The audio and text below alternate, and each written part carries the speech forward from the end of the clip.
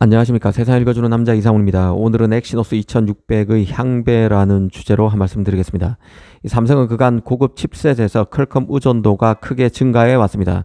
갤럭시 S23 시리즈만 해도 퀄컴 칩셋을 독점적으로 사용했었죠. 엑시노스 2300을 출시조차 못한 데 따른 결과였습니다. 특히 폴더블 폰은 스냅드래곤 전용으로 남아 있습니다. 삼성은 S24에서 엑시노스를 부활시켰지만 퀄컴 칩셋을 사들이는데 너무 많이 비용을 쓸 수밖에 없었습니다. 갤럭시 S24에 탑재된 스냅드래곤 8 3세대 AP의 경우는 TSMC 4나노로 만들어졌는데요. 계단 가격이 $200 정도로 추정돼 봤습니다. 특히 그 올 초 나온 갤럭시 S25에도 스냅드래곤 8 엘리트 칩이 단독으로 탑재되면서 체면을 구겼던 게 삼성인데요. 이 3나노 수율 저조에 따른 결정이었습니다.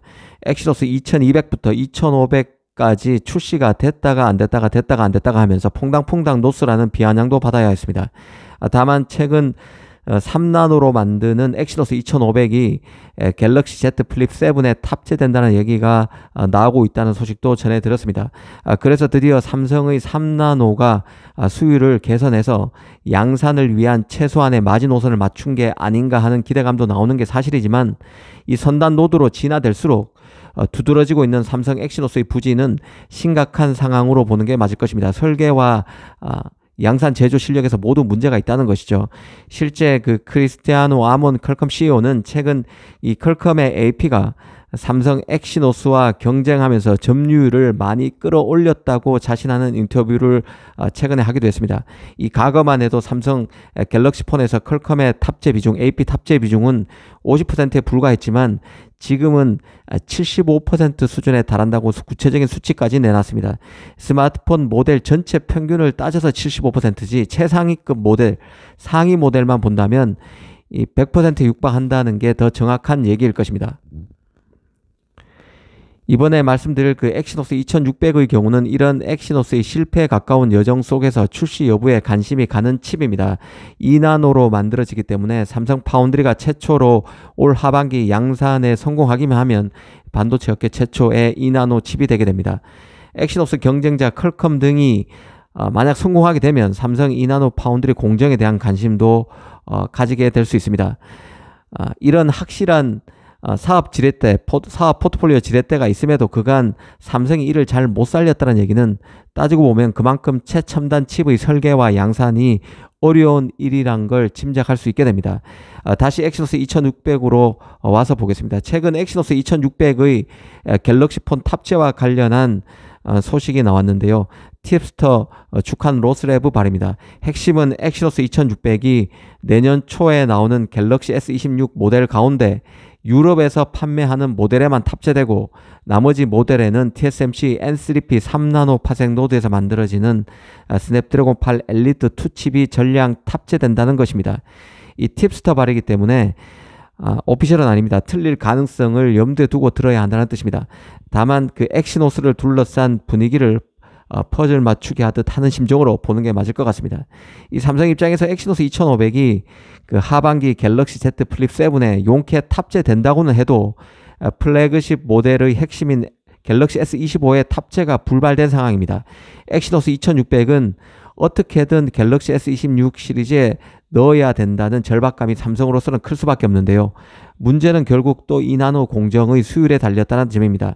당장 퀄컴은 통상 그 매년 11월에 차세대 AP 칩을 공개해 왔는데요. 올해는 이를 2달 정도 당겼습니다. 그래서 9월 말에 스냅드래곤 8 엘리트 2 칩을 공개하게 됩니다. 이 스냅드래곤 8 엘리트 2 칩 같은 경우는 TSMC의 2나노가 아니라 3나노 파생 노드인 N3P에서 만들어지는 칩입니다.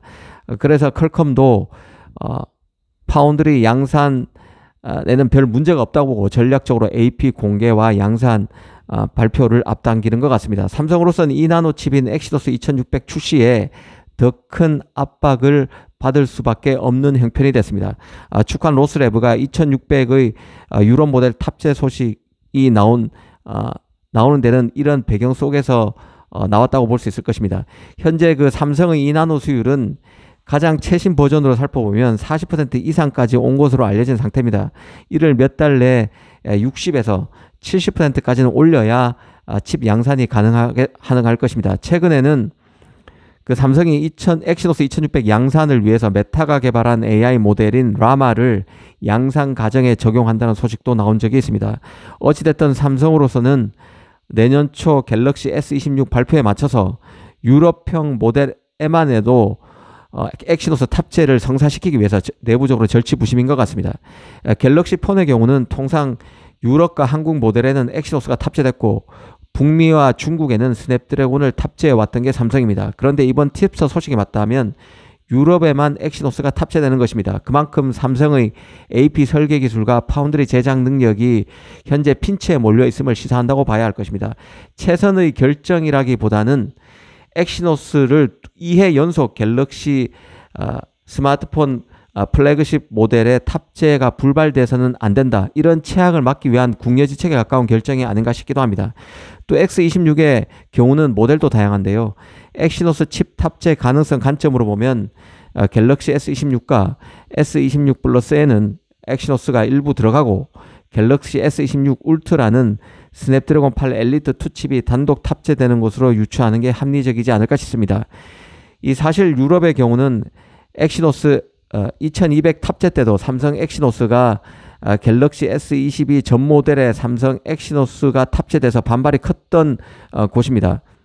그래서 고객 일부는 왜 삼성이 유럽을 홀대하느냐, 왜 유럽 갤럭시 폰에는 스냅드래곤을 탑재하지 않고 발열과 성능 면에서 뒤처지는 엑시노스를 넣느냐고 불평을 했었습니다. 과거 이런 전력을 떠올리면 우려가 생기지 않을 수도 없는 건데요.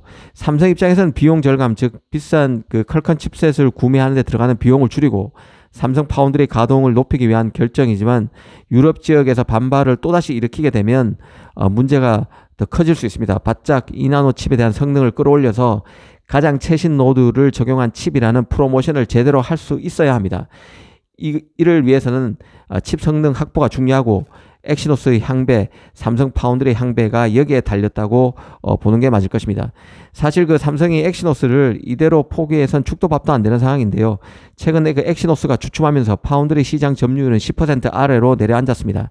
이제는 그 TSMC 추격자라기보다는 SMIC, UMC 등과 함께 파운드리 1류 그룹으로 묶이는 게 더 맞지 않느냐 하는 생각이 들 만큼 삼성의 추락이 심각한데요.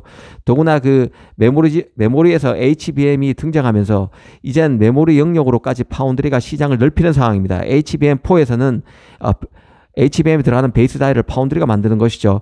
메모리가 일부 시장을 파운드리에 내준 셈입니다. 삼성은 하이닉스의 HBM 패권을 내주면서 삼성 파운드리는 메모리의 도움은 받기는 그냥 메모리 때문에 TSMC와의 격차가 더 커지는 위기에 몰렸습니다. 이런 판국에 엑시노스까지 본궤도에 2회 연속 못 오르게 되면 파운드리는 사고무친의 상황이 될 수밖에 없습니다. 삼성이 엑시노스 2500을 갤럭시 Z 플립 7에 탑재하고 엑시노스 2600도 유로폰에 탑재하는 등 연착륙할 수 있을지 중요한 포인트가 될 것으로 보입니다. 감사합니다.